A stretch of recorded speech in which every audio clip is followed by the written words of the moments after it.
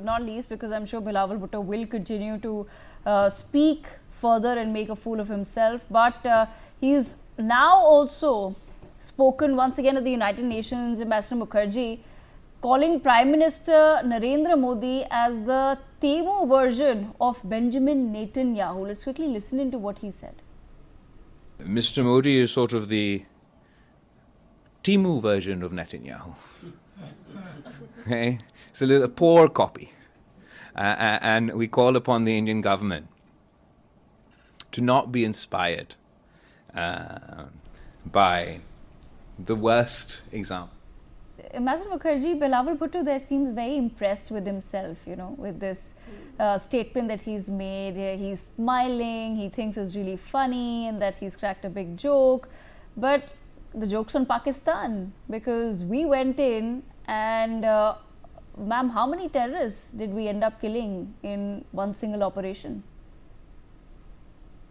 First of all, he sounds like a smug brown Saab, educated in UK on his family's money when he has no merit to be there in the first place.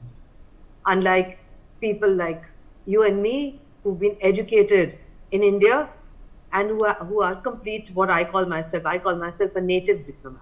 I'm completely native, product of Delhi University.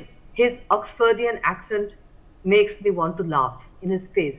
Secondly, the utter nonsense that he's talking about our Prime Minister, an elected Prime Minister, elected by the people of India, 1.4 billion people, is a good example of what Pakistan should do, which is to have an effective civilian government elected by its people and which can control its own deep state, its ISI and its armed forces.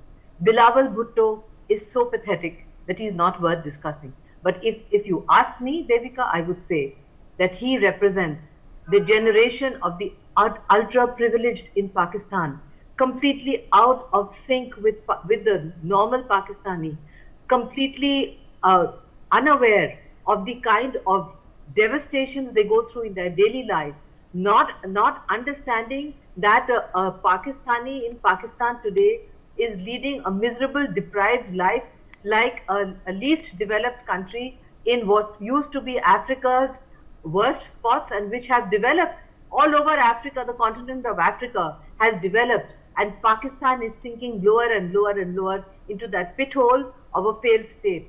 So what difference does it make whether this man with this false Oxfordian accent tells us about our Prime Minister, except to laugh in his face and say, take your fake English and go back and live in London. That's the best place for you.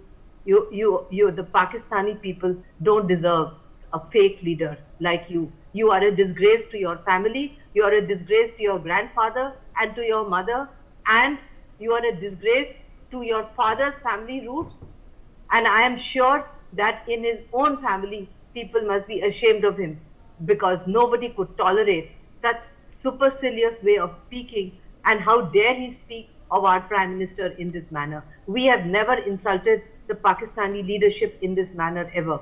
We respect the Pakistani leaders and we believe in a certain civilized discourse. It's a pity that Mr. Bhutto, with his long years in England, did not understand that. We should ask the British government that has Oxford standards fallen, that they don't teach simple courtesy to their ex-students. That's the question I would ask. Absolutely. I've unfortunately run out of time, but I thank all of our panelists for joining us on the broadcast to take this conversation forward. Bilawal Bhutto, the more you speak, the more you're going to make a fool of yourself. So perhaps it's time for you to fly back to Pakistan. With that, viewers, a very short break.